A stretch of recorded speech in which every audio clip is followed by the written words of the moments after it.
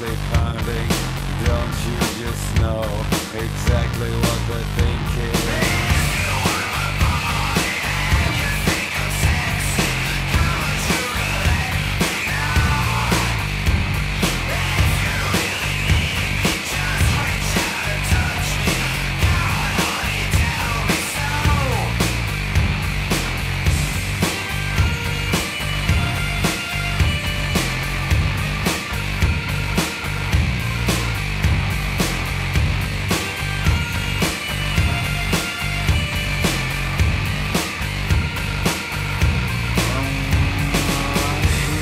Shy, looking for an answer. Come on, honey, let's spend the night together. Now hold on a minute, before we go much further. Give me a buck, so I can buy a rubber. They catch a cab to his high-rise apartment. At last he can tell her exactly what his heart meant.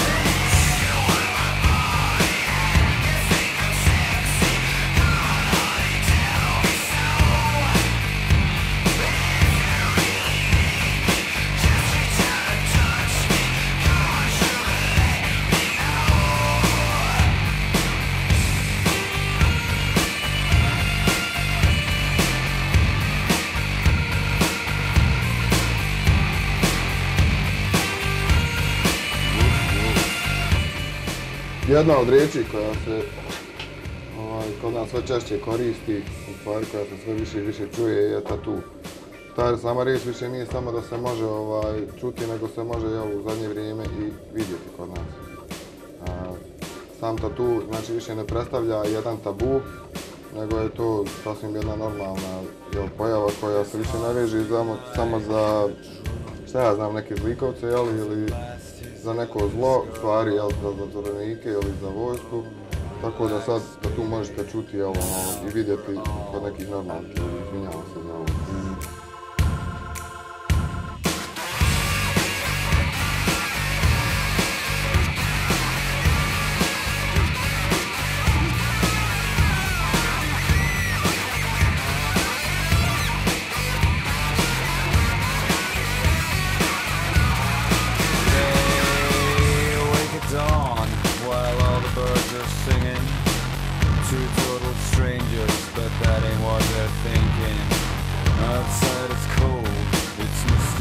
Moj prvi susret s tetovažom bio je negdje 1994. u vojsci, kada sam upoznao momka iz Zenice koji je bio nekada domac, koji mi je pokazao način na koji se može napraviti mašince. Znači, tada smo nešto radili, gluposti neke u armiji, neke zafrkancije, male sličice, i na tome je ostalo i stagniralo sve negdje do neke 97. 98. Kada sam ja odlučio, odnosno kada smo mi rođaci smo odlučio da krenemo u ovaj posao, znači da ponudimo ovom gradu da ima i on nešto novo i nešto što ima ne čitav svijet zadnjih 20 ili 50 godina.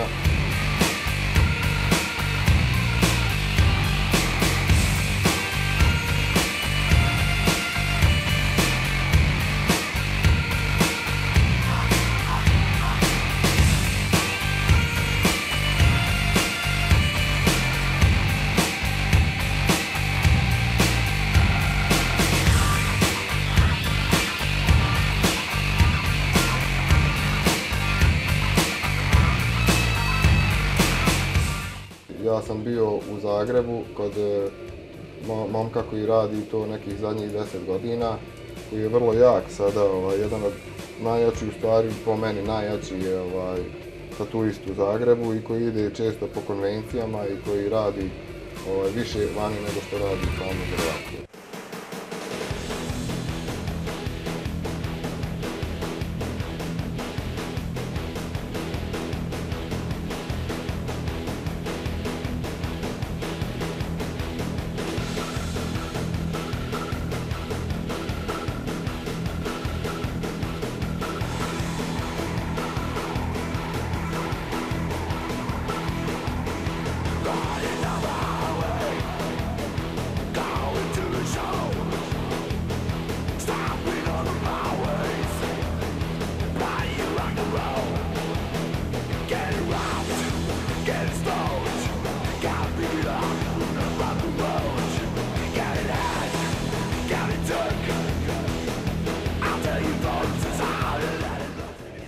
tetoviranje koriste se boje koje su sve rađene na prirodnoj bazi, znači ne postoji mogućnosti ali da neko dobije neku alergiju. Što se tiče ostale opreme, sva oprema je sterilna, znači odnosno koriste se igle sterilne i cijevi koje se također sterilišu u sterilizator pri visokim temperaturama, tako da ne bi moglo doći, odnosno smanjivanje tih mogućnosti neke zaraze na minimalu.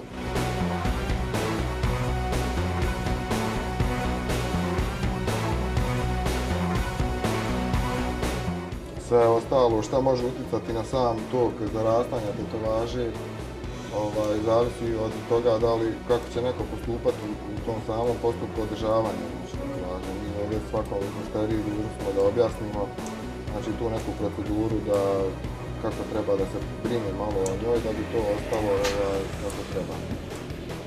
Dobar dan!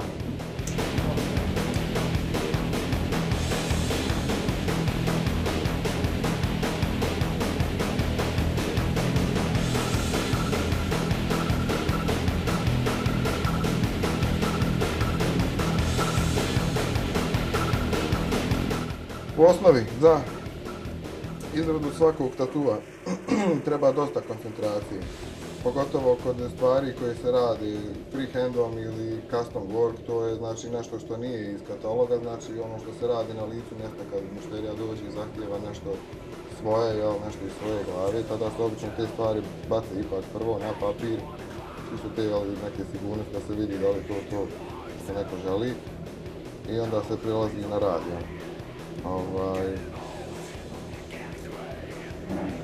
Isto tako vrlo su zahtjevni, na primjer, i portreti za rad, pošto se mora biti jako skoncentrisan.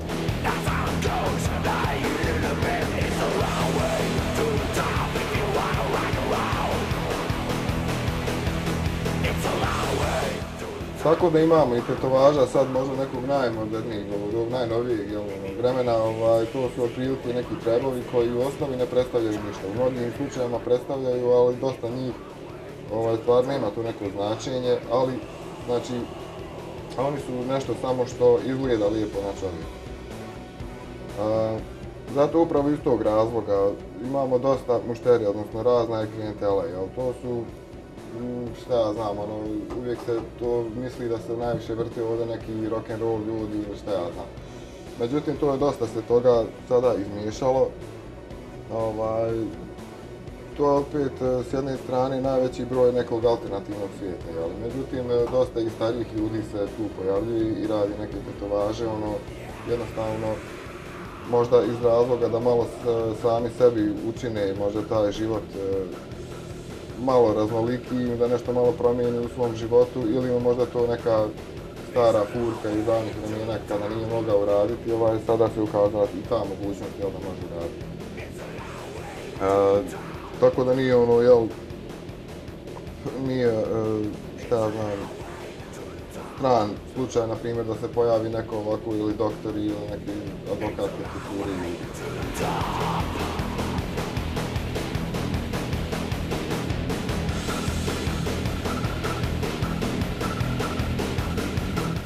Tetovirati u osnovi može bilo ko, tako da imamo i danas čest slučaj da tu ljudi rade jednostavno ili sami sebi ili sjede i naprave neku mašinicu, ili sada može naručiti, pošto je to sad jedno otvoreno tržište prodaje svog tog materijala. Može se vrlo lako doći do te neke poluprofesionalne opreme i ljudi rade jednim drugima. Ipak, i ako se neko odluči za takvo nešto, opet mora obratiti malo pažnju kada to bude radio. Znači moraju biti neki osnovni higijenski uvjeti biti zadovoljeni. Znači ta igla mora da bude čista, oprema, te cijevi kroz koje idu igla mora biti isto također biti čista. Boje koje se koriste, znači da to ne bude nešto, ne znam, nešto izmišljeno, nešto napravljeno, nego da ta boja bude od samog proizvođača te boje sa garancijom da je na prirodnoj bazi, znači da ne može dovesti do nekih neželjenih posljedica, upala, alergija ili bilo čega.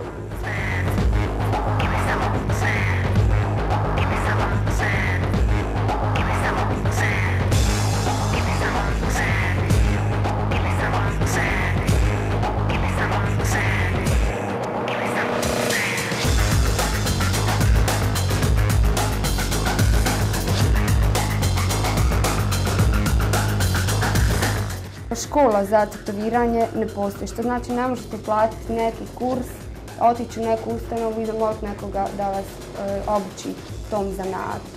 Potrebno je prije svega da poznajete barem jedan mali dio vezan za tetovažu, da imate barem nešto malo smisla za crtanje, da možete prenijeti te neke svoje ideje, neke vizije na papir, pa tek onda poslije na tijelo. Ja sam sama zanimalo me na koji način da postanem tatu majstor, odnosno kako da dođem do toga da ja sama jedan dan odrađujem te tetovaže. Kad sam upoznala Dadu, još uvijek za mene tetoviranje je bio neki relativno novi pojam. Dado je inače odradio moj prvi tatu. Malo pomalo vremenom ja sam pokazala veliku volju i zanimanje za samo prije svega crtanje pa onda i za tetoviranje. Dado mi je izašao u susret i odlučio je sam da me obuči, da svoj dio znanja prenese i na mene. Što znači da krećemo sa nekim osnovnim stvarima, obučavanje crtanja linija, popunjavanje nekih motiva, pa tek onda kasnije i sam proces tetoviranja.